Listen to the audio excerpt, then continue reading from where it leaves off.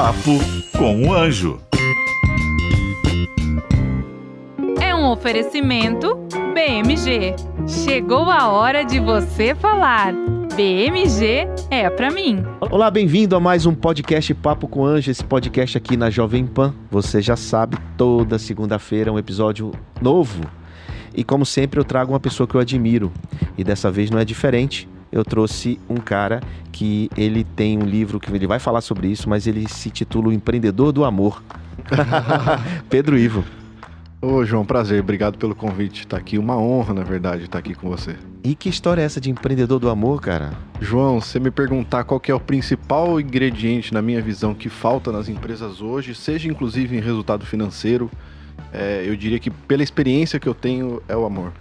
É o amor? É o amor. É o que falta no relacionamento das pessoas? É o que falta o que é? Na gestão? No quê? O que falta em tudo, João? Falta em nós, falta na gestão, nos processos, nas tecnologias, que é ter uma visão sobre um relacionamento com a vida mais belo, mais bondoso, mais justo socialmente falando. Isso não é romântico demais, não?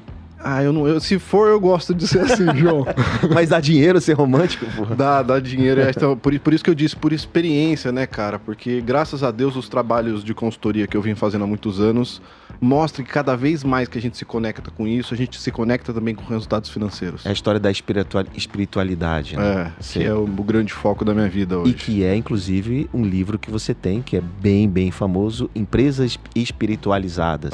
O nome ousado há 3 anos atrás e hoje, graças a Deus, muito bem aceito. Mas me fala uma coisa, vamos lá, vamos voltar aqui. Quem é o Pedro Ivo? Como é que você chegou nesse mundo do empreendedorismo? O que é que você fez? Até para te credenciar para quem não te conhece. Tá.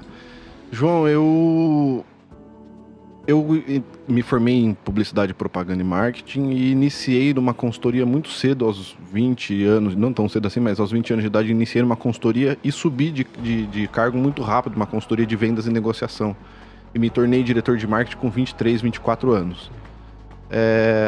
Gostava muito, me ensinou muito, mas não era a minha paixão, né? Formado em publicidade, sempre gostei muito do lado criativo, mais humano, sempre gostei muito do lado consultoria de uma forma um pouco mais livre, não tão focado em vendas e negociação. E aí, aos 25, eu resolvi abrir a minha primeira empresa. Então, há 11 anos atrás, eu resolvi abrir minha primeira empresa.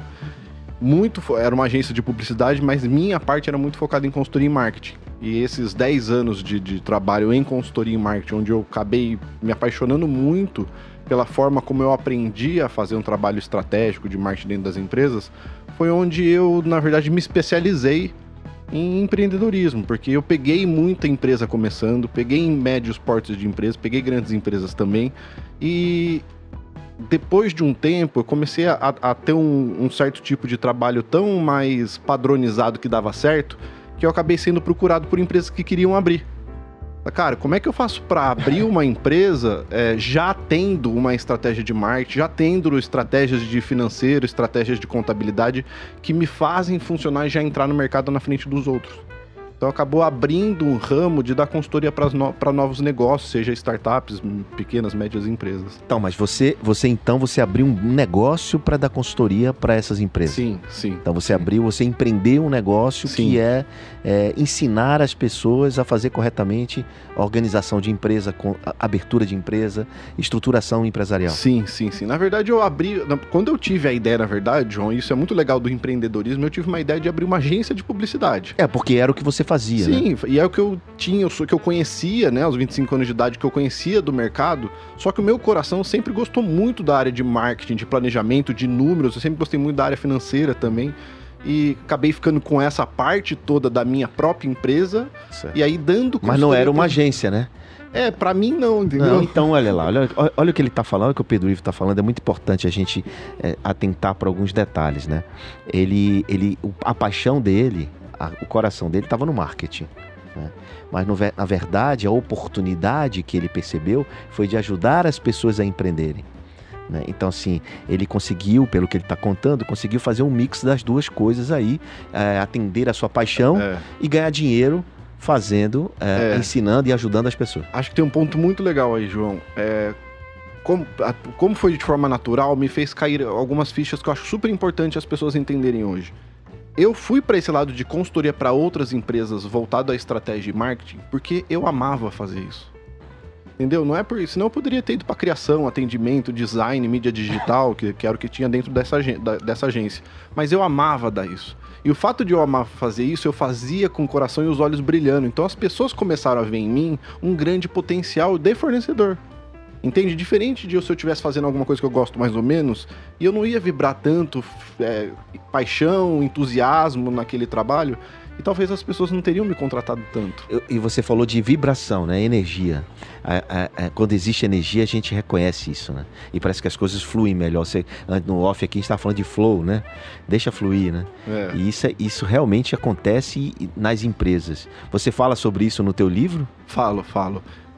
A gente tem dificuldade em explicar, às vezes, em palavra prática, o que é energia, fluidez.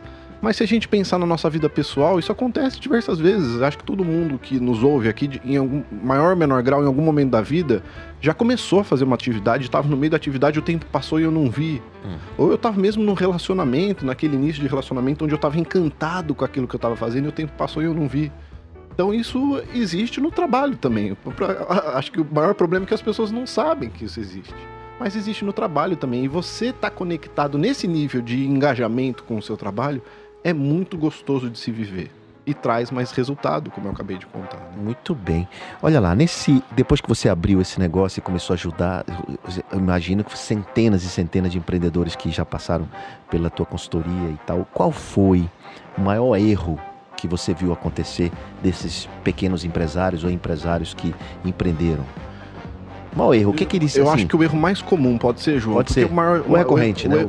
Que talvez seja o maior, eu acho, tá? Na minha visão. Esses empresários, eles tendem a ter uma visão muito limitada sobre o empreendedorismo. E a visão limitada é assim, sabe o ditado... Para quem só tem martelo, tudo que vê é prego. Quando a gente tem uma visão limitada, a gente tende a querer corrigir a empresa pela única visão que a gente tem. Até pelo teu nível de conhecimento também, né? Lógico. Se é limitado, é como se você estivesse com um negócio com o cavalo, como é o nome daquele negócio? Isso. Né? Fica ali meio que olhando só para frente, né? Não olha abrangente, isso, não vê as perspectivas, outras perspectivas. Então, a empresa que é voltada no financeiro vai querer resolver tudo por números, a empresa que é tecnológica vai querer tudo e resolver tudo por inovação, e às vezes não é. E não é aonde necessariamente estão os grandes problemas. Então, quando a gente chega numa empresa, geralmente uma pessoa que me chama para resolver um problema prático, eu sempre acabo resolvendo esse problema prático, nunca onde a pessoa me apontou. Porque o problema sempre está, geralmente, em cantos não iluminados, vamos dizer assim, cantos mais escuros que aquela empresa não vê. Justamente porque ver aqueles cantos muitas vezes é problemático. Então, para traduzir, qual é o maior problema? O maior problema é falta de uma visão integral sobre empreendedorismo. Empreendedorismo e negócios. Isso. E negócios. E negócios. Em gerir um negócio, na gestão. Sim, empreendedorismo e negócio. Ou seja, ele procura apenas fazer aquilo que ele sabe no ramo de conhecimento dele, na abrangência do conhecimento dele, e não amplia isso. Exatamente. Né? E aí, outra coisa, né? Isso, tem algumas teorias que falam sobre isso. Existem tipos e perfis de empreendedores. E é legal conhecer os tipos de perfil para você se reconhecer como um tipo de perfil de empreendedor específico. E, por exemplo? Por exemplo, o perfil empreendedor administrativo, que é o cara bom de administração. Mas tem geralmente... Mas não é bom de vendas. Mas não é bom de vendas. Marketing. Ou pode ser um empreendedor que é o cara que é empreendedor dentro de uma empresa. Então ele gosta de pegar as coisas da própria empresa que ele trabalha, que às vezes não é a empresa dele, e ali ele consegue empreender um negócio novo, uma solução nova. Isso também é uma visão empreendedora. E aí você orienta para fazer um giro dentro da empresa, um 360, para o cara que olhar todas as áreas, olhar para poder ter uma experiência mais genérica, digamos. O que eu faço, eu gosto, como eu sou uma pessoa que vibro muito na educação, eu não gosto tanto de apontar certezas. Eu gosto de ajudar a pessoa a enxergar. Então eu sou meio aquela pessoa que vai com a lanterna. Você faz perguntas e deixa ele responder. E óbvio, né? Eu vou apontando, estou vendo que isso aqui tá aparecendo como é para você. O que mais tem que a gente não tá vendo? Eu acho que essa é uma forma muito mais legal de ensinar empreendedorismo para essas pessoas na prática, para quem me contrata, porque ele vai aprendendo enquanto vai fazendo, do que simplesmente eu ir lá falando, não, faz isso, isso, isso e eu vou embora. Porque aí não necessariamente eu resolvi os problemas de visão dele. Eu peguei lá e iluminei alguns cantos, mas não resolvi a visão dele. Me tira uma dúvida, como é que você desenvolveu a habilidade da didática? Assim, você passou a ensinar, né? Eu enxergo você muito como um professor. E eu falo isso, gente, porque nós dois, para quem não sabe, nós temos um curso aqui na Jovem Pan, chamado NIU Curso, niucursos.com.br, que é um curso chamado Empreendedorismo 4.0. São 4 módulos, o cidadão aqui faz 3 módulos, eu faço um módulo. Ele trabalhou mais que eu nesse curso. Mas assim, a importância dele nesse curso é enorme, né? Então assim, eu vejo no curso que você tem uma didática incrível, né? A diferença do que eu falo assim, meu jeitão, simples, né? Na prática e tal. E você é um cara mais didático, mais de orientação. De onde veio essa técnica? João, boa pergunta. Primeiro, gratidão pelo elogio, né? Sabe que eu sou um grande fã também. Eu acho que eu tenho muito a aprender com você dessa forma mais também descontraída, que tem uma forma muito positiva de fazer negócios aí. Eu acho que a explicação mais prática, João, eu sou filho de pai e mãe professores. Então os dois me deram aula a vida inteira. Eu era aquele moleque que chegava em casa e não entendia coisas muito complexas que eu queria entender, que eu era chato pra caramba, sempre fui. E aí eu sentava com meu pai e passava o dia com meu pai me ensinando sobre o que era especificamente alguma coisa que eu queria saber. E eu gosto disso, eu gosto muito de estudar, sempre gostei muito de ler. Eu sou um cara fascinado por teorias que eu acho que são profundas, que mostram verdades, apontam caminhos. Eu acho que a gente tem tanta coisa no mundo como teoria hoje, João, que é um crime a gente, como empreendedores, não acreditar que existem ferramentas ideais para se empreender. Com tanta teoria, tanta gente que já testou, já errou, ou pelo menos alguma luz essas pessoas podem me dar, é o mínimo.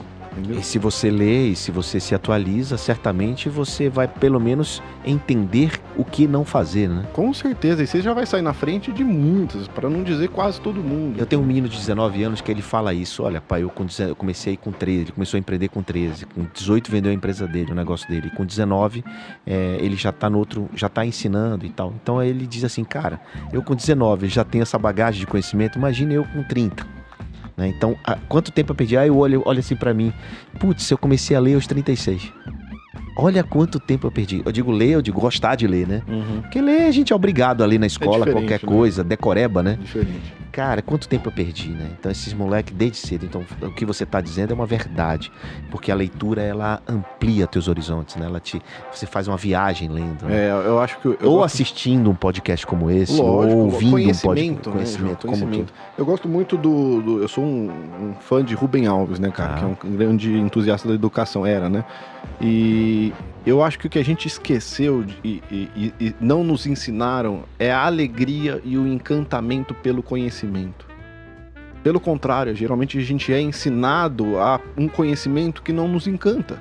É um conhecimento de fórmulas matemáticas. Você é ensinado e obrigado, inclusive. Isso. Você é obrigado a tirar 10, né? Isso não encanta. Então as pessoas falam assim, eu não gosto de ler livro. Eu falo, cara, nem é culpa sua. Porque dá pra aprender a se encantar por livro, por conhecimento, entendeu? Isso é muito legal. E tem uma outra coisa também nessa linha, Pedro, que eu gosto muito de observar. Porque como eu sou um cara autodidata, eu não tive essa alegria que você teve do teu pai te ensinar, né? Meu pai dizia assim, o rio é ali, se vira. Né? Mas não tenho nenhum problema com isso. Hoje ele é meu herói, mas na época não era. Eu tive um trabalho que eu tive que administrar para poder reconhecer e virar esse jogo quando eu tive meu primeiro filho, que tem 21. Eu digo, putz, cara, o que ele fez por mim foi a coisa mais certa que ele podia ter feito para mim. Porque, engraçado, uma parte só na nossa conversa, quando eu tive meu primeiro filho, a primeira vez que eu voltei a Belém do Pará, que minha adolescência foi toda lá, ele disse assim, eu quero te levar num canto. Aí me levou onde moravam alguns amigos, algumas coisas, ou empresas de algum... Porque eram os caras que tinham dinheiro, os caras, né, famosos da época. E aí eles diziam, onde é que tá esse cara aqui? Onde é que tá você hoje? Tipo assim, né? Uhum. E aí eu vi, putz, quer dizer, se ele tivesse me dado tudo, dinheiro, carro, tudo, talvez eu não tivesse aqui hoje, né? Entende? O que não é olhar pra trás também e reconhecer, né? A gente faz o melhor com o que pode, com os recursos que tem. Eu sempre gosto de lembrar isso, né? Exatamente. E aí vem a história do conhecimento, né, da leitura, da oportunidade, de você ter um pai que ensine, né, que dê o caminho, né, ou pelo menos te mostra as opções de caminho. Isso é muito importante. Tem pai que diz assim, pô, eu preciso mostrar esse menino que quer ser um filho bom. Eu digo, não, você precisa aprender a ser pai. Nossa, você precisa aprender a ser pai. É um ótimo conselho, né? Primeiro seja um bom pai e depois tente ensinar alguma coisa. Né? Exatamente. Mas voltando à história do conhecimento e da informação, isso que você falou é profundo para mim, é entender a importância do conhecimento. Mas também tem uma outra coisa que eu queria analisar com você. A informação nós temos muito mais do que nós tínhamos na minha época. Informação tem em todo lugar. Agora, o conhecimento é quem aplica aquela informação. É quem aprofunda aquela informação que está recebendo, né? E isso a gente procura fazer, inclusive, no nosso curso. Sim, como é que a gente joga para a prática, né? E isso foi uma coisa que a gente conversou bastante de como é que a gente faz isso com uma, entre aspas, né, uma garantia de que a pessoa que vai sair desse curso realmente aplique e saia de lá com os conteúdos, porque não adianta nada eu falar, vamos falar sobre os 4 P's de marketing. Então vamos lá, produto é isso, preço é isso, praça é isso, promoção é isso. Obrigado, até a próxima. E a pessoa pode falar, legal, entendi, e não usar isso para nada. Não, como é que a gente usa? Como é que a gente aplica? Quais são os preenchimentos, as tarefas que você tem que fazer? Como é que você aplica na sua empresa? Tá bom, mas isso é uma questão também de consciência. E como é que expande a consciência? Nossa, João, boa pergunta, hein, cara? Porque, cara, você tem a consciência que precisa fazer. Vai um cara lá e te faz a pergunta certa. Tá, mas como é que você expande essa consciência? Muito boa pergunta, João. Eu acho que o nosso curso, de alguma forma, faz isso. Na provocação, usando o conhecimento, mostrando que já deu errado. Eu gosto muito disso, falando, cara, isso aqui não funciona. Já tivemos casos nisso aqui onde não funcionou. Isso, de alguma forma, te dá uma visão nova sobre coisas que você não via. Eu acho que isso é expandir a consciência. Você ter visão, olhar para lugares onde você não estava olhando antes. Exatamente. Como esse potencial empreendedor, né? Muito bom. Me fala um pouco do livro. Me fala um pouco desse livro e o que quem está nos assistindo ou nos ouvindo pode extrair desse livro de tão interessante. Porque para empresas espiritualizadas, pressupõe que o cara tem que ter uma empresa, né? Sim, com certeza. Vamos lá, João. Vou tentar resumir um pouco aqui, né, a ideia do livro. Resumindo talvez um pouco o trabalho de consultoria que eu fiz, que na verdade o livro ele é uma confirmação de um tempo de prática e entender o que eu fazia de verdade. Então essa visão de entrar numa empresa como consultor e a pessoa começar a me relatar um problema, e eu fiz isso a vida inteira, João, inclusive quando criança, menino, eu fazia isso com os amigos, colegas na escola. E a pessoa começa a me relatar e eu ter a habilidade de olhar para essa pessoa e falar, cara, o problema não tá aí onde você tá me contando. Eu não acho, por exemplo, que o seu problema seja vendas. Não adianta eu treinar sua equipe de vendas, porque não é aqui, especificamente, óbvio, pode ser, a habilidade de vendedor que você está precisando. A verdade é, você não acredita na sua empresa. E aí, você não acredita nas suas empresas, sua equipe de vendas não acredita. Porque eu sentei na frente dele, eles me venderam com todas as técnicas de venda e eu não comprei o produto. Porque não tá brilhando nos olhos. Então, enquanto você não acreditar... Então, eu tô só usando um exemplo aqui, óbvio, né? Claro. Então, esse olhar, que é o olhar que eu chamo pro olhar do invisível. E a pessoa tende a olhar sempre para aquilo que é muito prático, que ela consegue ver. E esse olhar pro invisível é um dos nomes que a espiritualidade recebe. Dentro de uma ferramenta que eu uso para explicar o livro, que é Pirâmide de Níveis Neurológica, uma ferramenta da programação neurolinguística. Que mostra que na espiritualidade moram diversas transformações da nossa vida prática. E é óbvio, quando eu digo espiritualidade, que eu não estou falando de religião, é uma espiritualidade mais laica, uma espiritualidade de ter novos olhares sobre a vida, não só para aquilo que é material e explicável, mas para algumas coisas que às vezes a gente não tem ainda ciência que nos explica. Muito bem. Você tem menino? Não. Casado? Não, eu me separei há pouco tempo, João. Então, fui casado meninas já. Que estão nos olhando aqui, nos assistindo, mandem cartas para o Pedro Ivo. A gente aproveita para tudo. O galã da Jovem Pan. Olha, esse podcast é bem ouvido. Bem ouvido? Então você vai ver que você vai receber várias mensagens. Isso é prosperidade. Candidatas, claro, abundância, né? Abundância. Mas falando de abundância, prosperidade, essas coisas, qual é a tua opinião sobre coach? João, você fez algum curso de coach? Sim. João, coaching, eu acho que a gente pode falar um pouco de propósito sobre isso também. É uma ferramenta maravilhosa, uma teoria, um conceito maravilhoso que se distorceu. A gente Isso é bem comum na humanidade. Aquilo que ganha muita popularidade tende a se distorcer um pouco dos conceitos de raiz daquilo. Porque, enfim, porque as pessoas às vezes veem oportunidade de ganhar dinheiro, não estudam a fundo, não sabem direito o que é, fazem de qualquer jeito e acaba tomando um caminho que não é tão belo assim. Nesse sentido, o que a gente está vendo hoje popularmente como coach, eu acho, na verdade, que não serve para muita coisa mesmo. Mensagens só positivas são legais, mas eu não acho que leva a gente para alguma coisa tão profunda de cura, de novas percepções. Porque é pela dor que você se transforma, porque é importante. Porque, primeiro que a vida não é tão boa o tempo todo. E segundo que é importante a gente conhecer nossas próprias feridas. Ninguém é feliz o tempo todo. E eu acho que a gente evita entrar em contato com a vulnerabilidade quando a gente começa a acreditar que a vida é positiva o tempo todo, que a gente é guerreiro o tempo todo, que eu acordo, olho pro espelho e falo, hoje vai e todo dia funciona. Eu acho que a gente perde uma conexão humana um com os outros quando a gente começa a fazer isso. E aí, nesse sentido, eu acho que a gente pode... O coaching, como a gente popular que a gente vê hoje, ele pode ser um pouco pejorativo. Mas não é o que a ferramenta é. O coaching é uma ferramenta muito bonita de auxiliar outra pessoa a aprender o melhor que ela pode ser. Através de técnicas, ferramentas... E essas técnicas te ajudam a descobrir o propósito. E qual é a diferença do propósito e missão?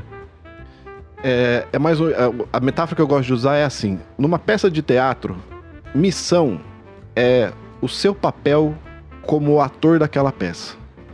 Propósito é como se a gente pudesse dar um sentido para quase como o sentido do tema daquela peça.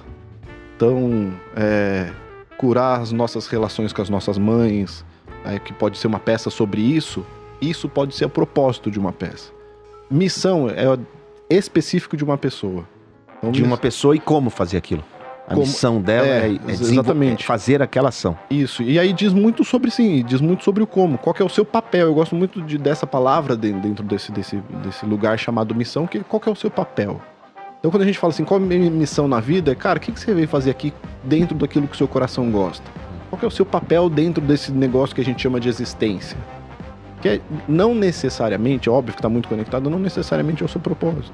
Então, nesse sentido, se diferencia. E se diferencia. Então, o propósito não substitui o velho visão, missão e valores da empresa, né?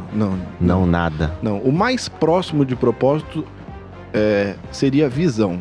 E aqui é importante, as pessoas, eu falo 99,9% das empresas, porque, de novo, eu tenho bastante bagagem nas minhas costas para falar isso, 99,9% das empresas escrevem visão errado. Que a gente pega visão, e tem até um exercício que eu acho muito ruim, que é como seria se você fosse escrever a capa de uma revista daqui a 10 anos sobre sua empresa. E aí a gente coloca lá... Exercício de futurologia. Isso. Ser reconhecida como a empresa do ramo de metais enfim. Isso não é uma missão porque não engaja ninguém. Isso não é uma visão. Desculpa, não é uma visão, não engaja ninguém. Eu acho isso que não serve para muita coisa. O que é uma boa visão? Uma boa visão, eu gosto muito do Martin Luther King pra gente trazer. O que ele trouxe pra gente? Eu tenho um sonho que um dia eu verei um menino negro e um menino branco entrando de mãos dadas no estabelecimento, sendo reconhecidos pela sua igualdade. Olha, o que ele está dizendo? Ele está vendo. Uma visão, uma cena. E quando eu ouço aquilo, eu falo, cara, eu tenho vontade de participar disso. Isso me engaja. Então, essa é uma visão no meu conceito que faz sentido. E isso, sim, está um pouco próximo do propósito. Olha aí, pegou a visão, como diz meu amigo Rick Chester. Uau, cara, destravou aqui um monte de coisa que você tá falando. Peguei a visão, realmente interessante demais esse teu ponto. E tudo isso, obviamente, a gente colocou lá no curso Empreendedorismo 4.0, né? Sim. Toda essa carga de bagagem desses anos e anos fazendo a mesma coisa que você vem fazendo, orientando essas empresas, você trouxe pro curso, que é um curso extremamente simples, né? São aulas de 10 minutos. Sim. Né? São, sei lá, 27 aulas. 27 aulas. Eu fiz umas 5 só, você fez todas as outras. Mas, cara, é bacana demais o curso, eu já assisti, você dá show, você realmente tem uma capacidade de falar, para ensinar as pessoas, sua didática é incrível e está ajudando muita gente. Tanto é que o curso tem pontuação 4.5 de 5, né? Não, tá boa. Nota A gente tá boa. tendo muito elogio, né, João? Tá muito legal ver isso, né, cara? Aí tem muitos alunos, né? Demais. É isso, cidadão. Gostei demais de bater esse papo com você. Esse podcast aqui é microfone livre, não tem roteiro, não tem nada. A gente aqui conversa com quem tá nos assistindo. Sempre quem assiste comenta e fala, pô, entendi tal coisa, aprendi tal coisa. E nesse sentido, eu queria que você deixasse, olhando para aquela câmera aqui, uma mensagem para os empreendedores, para os investidores, porque aqui é o Papo com o Anjo. O anjo sou eu, né? Então a gente faz investimento. Anjo no sentido figurado de poder apoiar, ajudar a carreira, a jornada, as empresas das pessoas que nos assistem. Então, se você puder ajudar, melhor. Sim. Então, agradecendo, né, João, novamente, de novo, não só aqui, mas é uma honra estar com você nesse curso que a gente preparou com tanto carinho, curso tão completo e bonito, de um propósito, como a gente estava dizendo, de um propósito tão belo, de levar visão de que as pessoas se preparem para ter negócios saudáveis, com longevidade, né? Olha, João, olha que legal, né? Você falou, já me veio coisa aqui. Como é que seria a visão desse curso, né? Eu vejo de verdade um país, daqui a alguns anos, quem sabe décadas, um país onde todas as pessoas do país têm acesso ao empreendedorismo, com os melhores conceitos, podendo pegar os pequenos sonhos que elas acham que são pequenos e ter prosperidade, saber ter um negócio. Olha como seria um país mais justo, mais belo a partir desse ponto. Multiplicar isso. Isso é uma visão que me engaja frente ao curso que a gente criou. Isso multiplica. Cada aluno novo e uma coisa que a gente fez, né? Deixou ele muito acessível, barato demais, R$1 por dia. E linguagem, né? Em linguagem simples, um curso extremamente barato, acessível, né? Muito bacana. Então é isso, não esquece. Diga é verdade. Então, que senão a gente fica aqui 3 horas. Sim. Eu acho que a principal mensagem que eu dou para esses pessoas que intencionam, que são empreendedores, é ter essa visão integral sobre conhecimento, sobre o que a gente já tem de experiência. Obviamente, né, abrindo parênteses, faço o curso, porque no curso eu e o João a gente traz isso. Mas é ter esse olhar mais completo sobre uma empresa, não só sobre aquilo que eu acredito, não só sobre aquilo que é prático e visível para mim. Bastante coisa que eu trago no meu livro de como é que a gente expande essa visão para coisas que às vezes não são tão práticas, não óbvias, que isso não significa que essas coisas não sejam importantes, ou seja, não só uma empresa que tenha dinheiro, mas seja focado em dinheiro, mas que seja focado também em coisas mais humanas, em uma relação mais sistêmica, em mais felicidade, em mais prosperidade, porque ter uma coisa só se a gente pode ter tudo, né? Então, acho que essa mensagem que eu dou é uma mensagem também de esperança de negócios mais gostosos, mais belos, mais prósperos, num sentido geral da coisa. Se o cara aprende tudo isso e ainda faz o que gosta, bingo. Nossa. E aí vai a prosperidade, a abundância e vai ganhar muito dinheiro. Exatamente. Ouviu? Fica ligado. A gente tá sendo exemplo aqui, né, João? Opa, vamos lá. Senhoras e senhores, Pedro Ivo Moraes, meu colega no curso Empreendedorismo 4.0, autor do livro Empresas Espiritualizadas, um grande consultor, um grande empreendedor brasileiro. Pedro, muito obrigado. Obrigado, João. Até mais, pessoal. E vocês, até o próximo episódio do Papo com o Anjo. Papo com o Anjo.